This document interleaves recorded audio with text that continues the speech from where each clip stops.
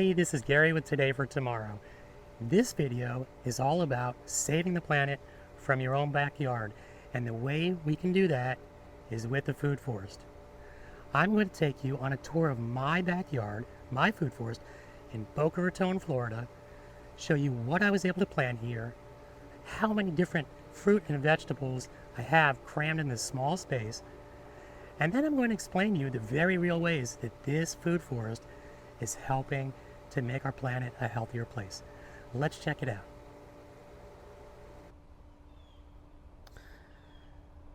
Okay, well, I'm going to start with the compost.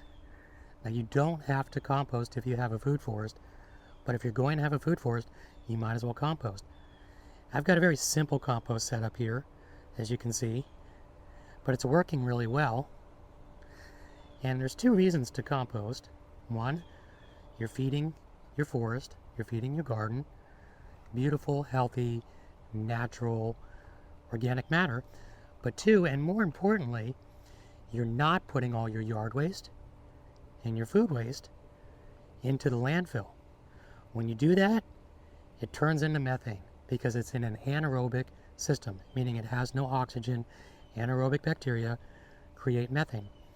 When it's in your compost system, that yard waste, that food waste, is in an aerobic system, meaning it has oxygen, and therefore it's not producing nearly as much methane. So that's just one of the ways this food forest is helping to save our planet. All right, what we're looking at is the west side of my property from north to south. We have roughly 1,000 square feet if we include this back run and also the side yard. I'm going to take you through on a tour, explain to you the different plants that are here, the different varieties of fruit trees and bushes and garden plants. And then I'm also going to explain the very real ways that this food forest is helping to save our planet. So starting here, we have a longan. If you don't know longan, you might know lychee. Longan is pretty similar to lychee. I actually do have a lychee. It's just still in a pot, but it'll be right about where I'm standing when it's ready. So as we move through here, you're going to see a big hedge down the west side. And that's an old ficus hedge that's tired and leggy, and I'm pruning it out bit by bit and replacing it with this plant here, which is Suriname cherry, black Suriname cherry. And that's a delicious little fruiting bush that has fruit almost constantly. So almost any time of year when I walk out here, I can pick some beautiful cherries. Now the only flowers I have are these lantanas, and they're here for the pollinators. Maybe hummingbirds, definitely bees, definitely butterflies, and just to look pretty. Now here we have banana peppers, and throughout the garden I've planted traditional garden crops. While I'm waiting for the trees to grow, I have lots of sun, so I'm just kind of taking advantage of that now with peppers, tomatoes, eggplants, herbs, things like that.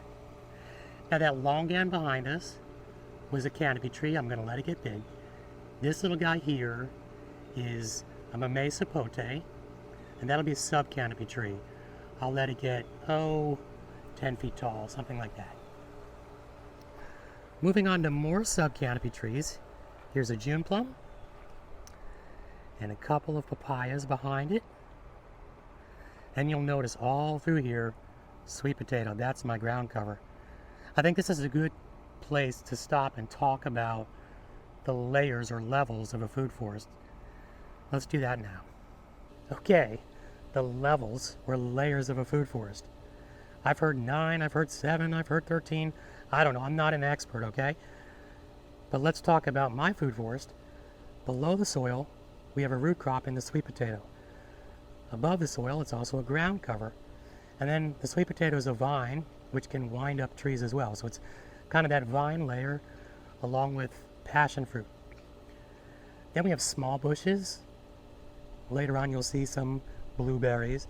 Larger bushes, Suriname cherries, and mulberries. Then we have we also have grass, lemongrass. Then we have small trees, those kind of sub-canopy trees that I pointed out, and then big canopy trees. I don't know how many layers that is, but I think we're at about 9 or 10, and that's my food forest. So it's mimicking a forest, all the different layers of a forest, but with plants that we can eat. Okay, let's continue the tour through here.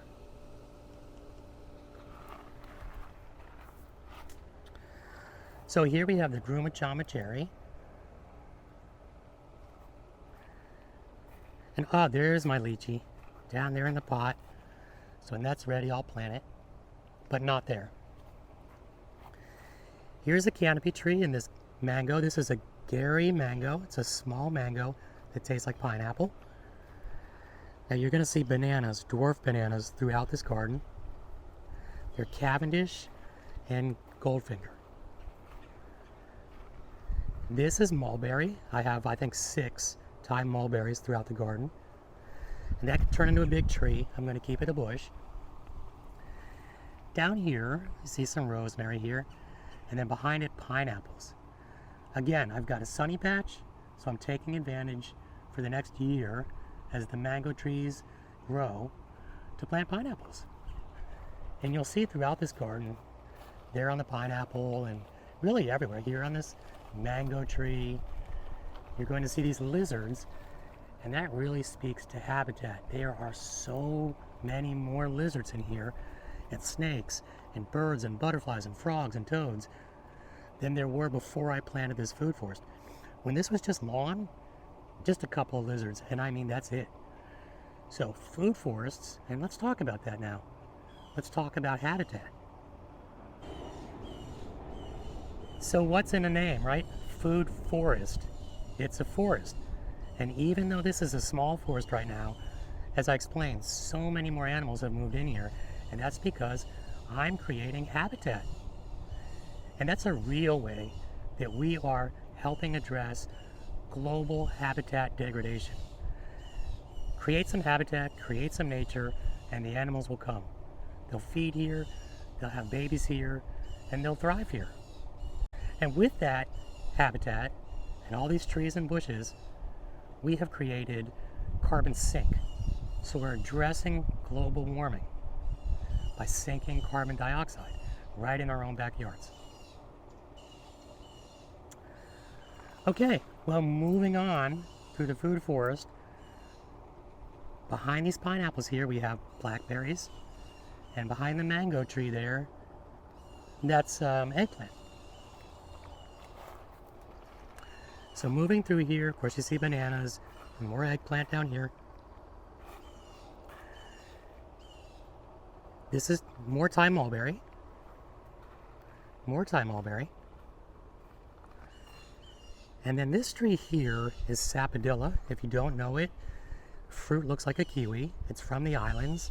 It tastes like creme brulee, I think. And the beautiful thing is it fruits 3 times a year, and the blossoms smell just like butterscotch. So it's a really nice, fragrant tree to have in your garden. Now behind it here, this purplish plant is from Africa. That is cranberry hibiscus. It has delicious tasting leaves, kind of a tart but very pleasant tasting leaf. And the nice thing about it is you can just lop off a chunk, take the tip off, push it right in the ground, and you'll see later on down here I've done exactly that, and it grows. And here's blueberry. That's a southern variety of blueberry. And there's another one right over here. More mulberry, of course. And this one's actually starting to show some berries. And all through here, that kind of beat up plant there, that is amaranth. And that is the only plant in this garden where the pests seem to be winning. But I will not spray pesticides. It is what it is. That's just the way I roll. So there you go. But that's a nice grain like quinoa. And then down here in the bottom, this is, I've just planted all this. This is a little flowering peanut ground cover. And again, that locks in the moisture.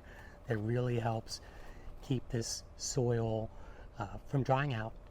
And I don't have to spray, don't have to use as much water. Okay, Moving through here, this plant is sugar apple. That'll be a subcanopy tree about 10 feet tall. Across the pathway, another sugar apple. Behind that, some lemongrass. And then way in the back, you can't really see it, there's a little Haas avocado that will be a canopy tree. And then we're still planting that way.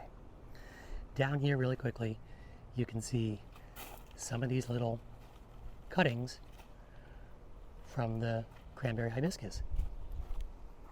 Okay, another thing I want to show you is behind them and all along the fence line, I cut down some old ornamentals that were along the pool fence, the pool enclosure, and I just dropped all those cuttings right here. And that's doing two things. One, that's habitat for snakes and for lizards. They love it. But two, that's all just locking in moisture and decomposing and feeding my garden.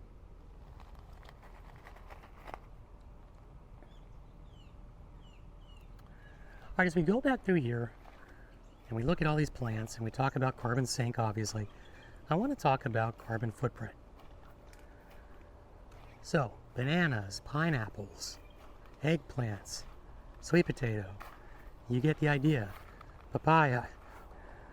All of these vegetables and fruits in here are right in my backyard, no carbon footprint. When you think about buying all these fruits and vegetables in your local grocery store, think about where they came from. They had to probably, in some cases, get on a ship and go across an ocean. They certainly had to get on a truck and go across a state or two, maybe a whole country. That's a massive carbon footprint for that produce, right? Here in your backyard with the food forest, you're pulling yourself right out of all that carbon footprint. Isn't that nice? You know, two things that are huge challenges worldwide are soil degradation in all commercial agriculture and water scarcity. Just we're depleting our aquifers. A food forest as a system addresses both of those challenges right in your backyard. Let's start with the water scarcity. So this system, this food forest system, is able to get by down here in South Florida almost on rain alone. Yes, I supplement with some water, but I don't have to water it 3 times a week like I do with my grass. So I'm feeling good about that because I'm not taxing the aquifer as much as I would have had I been just planting grass. Now with that food forest system, we also address soil degradation. In conventional agriculture, where you're planting a crop, letting it run its course, ripping out the roots, tilling and replanting, you're actually harming the very thing that keeps soil healthy. You want, whenever possible, to leave those roots in the soil and regenerate. And this is something with all the fungi and the little bugs and the microorganisms and the leaf litter, all that works together in this food forest system to make for a healthy soil. Healthy roots make healthy soil. So over time, I'm going to turn sandy soil, because remember, most of Florida has very sandy soil because it used to be a beach, into nice, rich, dark, healthy, organic soil. Now as we look out across the little bit of grass I have left in this backyard, and of course I have some up front too, we can look at, and it's perfect here because actually we talked about the water scarcity and the fact that I have to water a lawn a lot more than I have to water my food forest. But if you see these brown patches, that's from a bug called chinch bugs. And chinch bugs, if anybody grows lawns or familiar with them, they come in and they pile on your lawn because you're growing one type of plant. And when you grow one type of plant, one type of pest can specialize in attacking that. Contrast that with the diversity in here, and you can see that no one type of pest is really going to get a chance to have a field day. So because I'm choosing to grow this food forest in most of my back and side yard in place of a lawn, I don't have to deal with pesticides. The lizards, for the most part, are my pesticides. And no one type of pest is getting a strong foothold. So that is a way that I'm eliminating my need for chemical pesticides as well as herbicides. I don't have to kill weeds. You see some weeds through here, right? Well, it's not a big deal. It's part of the forest system. So both chemical pesticides and herbicides are not making it onto my property, not making it down to the porous limestone substrate, and not making it into our aquifer.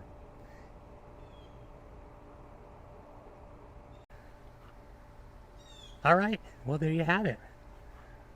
Probably only 1,000 square feet, a typical backyard, but just plenty, just tons and tons of different fruit trees and bushes and even some garden plants. You can do it in your own backyard. Even if you don't want to go full food forest, plant a few fruit trees. Every little bit helps. Think about it. It's not just you. If 1 million people do it, that's 1 million more fruit trees. Start composting. It's not just you. If 1 million more people start composting, that's 1 million more people keeping all their yard waste and all their garden waste and their household waste out of the landfill. And that's what it's all about. It's the little things that we all do in our daily lives that can make such a huge cumulative impact on all of our tomorrows. Thanks for watching.